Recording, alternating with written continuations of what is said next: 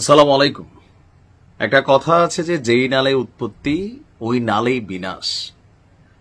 5ই August পরবর্তী সময় বৈষম্য বিরোধী যে ছাত্র আন্দোলন প্ল্যাটফর্মটা ছিল সেটা বিভিন্ন ধাপে বিভক্ত হয়েছে।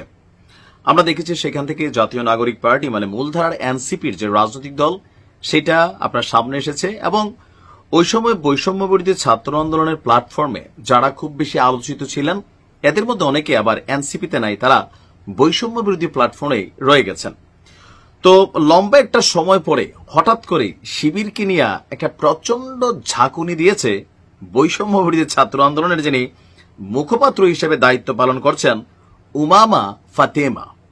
তবে উমামা ফাতেমার যে অবস্থান আমি দেখছি যে নারীবাদী সংস্কারের যে একটা ইস্যু ছিল সেইখানেও কিন্তু নারীদের পক্ষে, যেটা নিয়ে অনেকেই বিপক্ষে ছিল, তারা মানে নারীবাদী সংস্কারের যে একটা রূপরেখা আসছিল সেটার পক্ষে অবস্থান নিয়েছিল।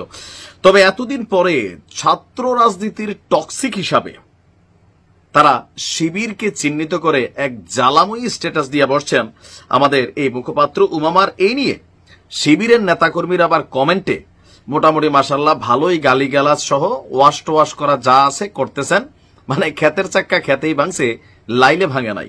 তো তিনি কি এমন বক্তব্য দিছিলেন? তার বক্তব্য, ছাত্র শিবির বাংলাদেশের রাজনীতির পরিবেশকে টক্সিক করে তুলেছে।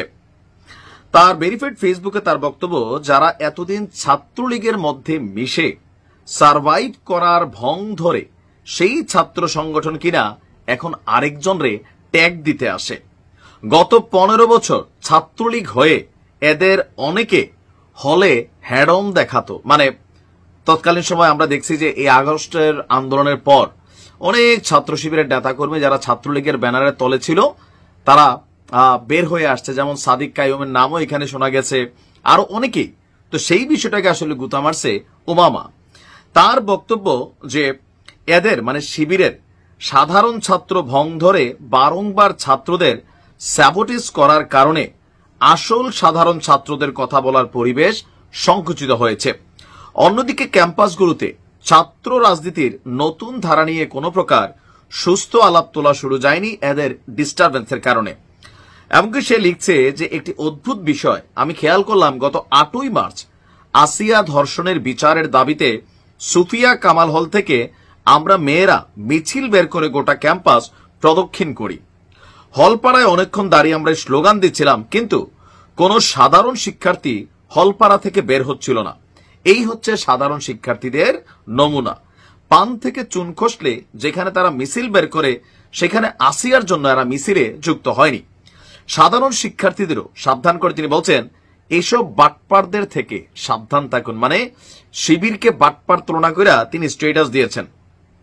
তার বক্তব্য, ছাত্রলীগের আমলে লীগের বিরুদ্ধে মিনিমাম সংগ্রামও এরা করেনি, উল্টা অন্য ছাত্রদের উপর নির্যাতনকে হালাল করেছে। আর এখন যাকে তাকে লীগের দোসর ট্যাগ দিয়ে নিজেদের পলিটিক্যাল এজেন্ডা বাস্তবায়ন করে এই বাটপাররাই। তার বক্তব্য যে আমার খুব পরিষ্কার মনে আছে 2024 সালের ডামি ইলেকশনের বিরুদ্ধে আমরা 31 জুলাই থেকে রাজু ভাস্কর্যের যে নির্বাচন বর্জন করার আন্দোলন করছিলাম, তখনও এই পরিস্থিতিতেও আপনার এই শিবির সামনে আসেনি। তো তাদেরকে তারা তখন আমন্ত্রণও জানায়। তারপরে বলা হচ্ছে যে আপনার শেখ হাসিনার তৈরি প্রশাসনের অনেক কিছু নিয়ে তারা যখন প্রতিবাদ করেছে তখনও শিবির ছদ্মবেশে ছাত্রলীগের ব্যানারেই তারা তাদের রাজনৈতিক কর্মকাণ্ড চালিয়েছে। আর এখন খোলা মাঠে যাকে তাকে ফ্যাসিস্টের দোসর, স্বৈরাচারীর দোসর, ছাত্রলীগের দোসর, এই যে ট্যাগগুলা, এই ট্যাগগুলা তারা এখন গণহারে যাকে খুশি তাকে দিয়ে যাচ্ছে। আর এই বক্তব্যের পর তো বুঝতেই পারছেন, আমার কমেন্টও নিশ্চয় আমার এতক্ষণে রোস্ট করে ফেলছেন। তারে মোটামুটি 10,000 কমেন্ট আমি দেখছি যখন ভিডিওটা রেকর্ড করি, আরো কয় হাজার যে আসে। গালি গালাজ কাহাকে বলে, কত প্রকার কি কি, এগুলা কারা দিচ্ছে, এটাও একটা প্রশ্ন। দেখা যাক উমামার কপালে মানে তারে নিয়ে কবে মিছিল রাস্তায় নামে, এটাও একটা বিষয় নাকি। তবে বৈষম্য বিরোধী প্ল্যাটফর্ম এটাও কিন্তু একটা শক্ত প্ল্যাটফর্ম। দেখা যাক কি হয়। ভালো থাকুন। আসসালামু আলাইকুম।